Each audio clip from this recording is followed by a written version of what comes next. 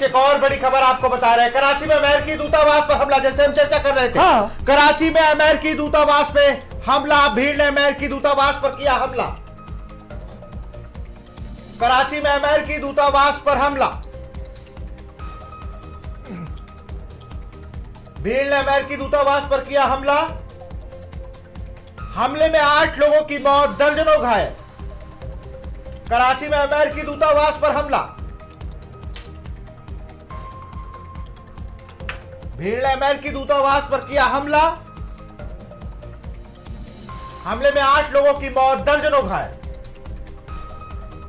कराची में अमेरिकी दूतावास पर हमला, जैसा सर जिक्र कर रहे थे, 8 लोगों की मौत है। और लेकिन एक इसमें सवाल यह भी कि 8 लोगों की मौत है। थोड़ी खबर और अपडेट कर देते हैं लोगों को कि वहां तोड़फोड़ कर दी है दूतावास में। और जाहिर सी बात है कि अगर अमेरिकी दूतावास में तोड़फोड़ की है तो अमेरिका इसको किसी भी कीमत पर बर्दाश्त नहीं करेगा।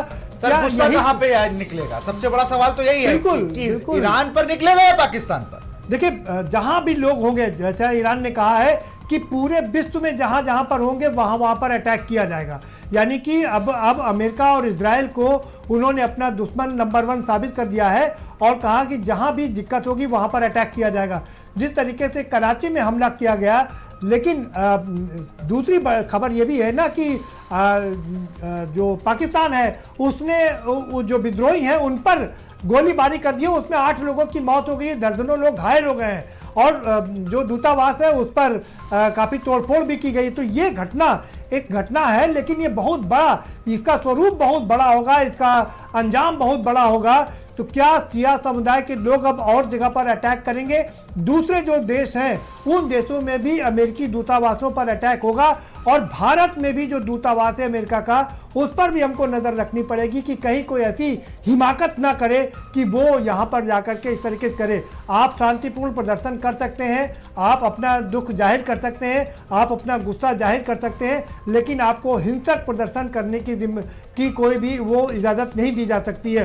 तो इसलिए हमें सतर्क भी रहना होगा, हमें सजग भी रहना होगा और हमें कानून व्यवस्था को भी देखना होगा। विशाल, तो ये अपने आप सर कराची में अमेरिकी दूतावास पर आगजनी भी हुई, तोड़फोड़ हो गई है उसके अंदर, और उसके बाद इतनी बड़ी कार्रवाई करनी पड़ी। मुझे लगता है कि शायद अमेरिका ने पाकिस्तान के लोगों से बात की होगी, वहाँ के हुक्मरानों से बात की होगी, उसके बाद ही ये सारा मामला हुआ है और पाकिस्तान को इतनी बड़ी कार्रवाई करनी पड़ी है, गोलीबारी करनी पड़ी है, जिसमें 8 लोगों की मौत हो गई है और अमेरिकी दूतावास को भी काफ़ी नुकसान हुआ है।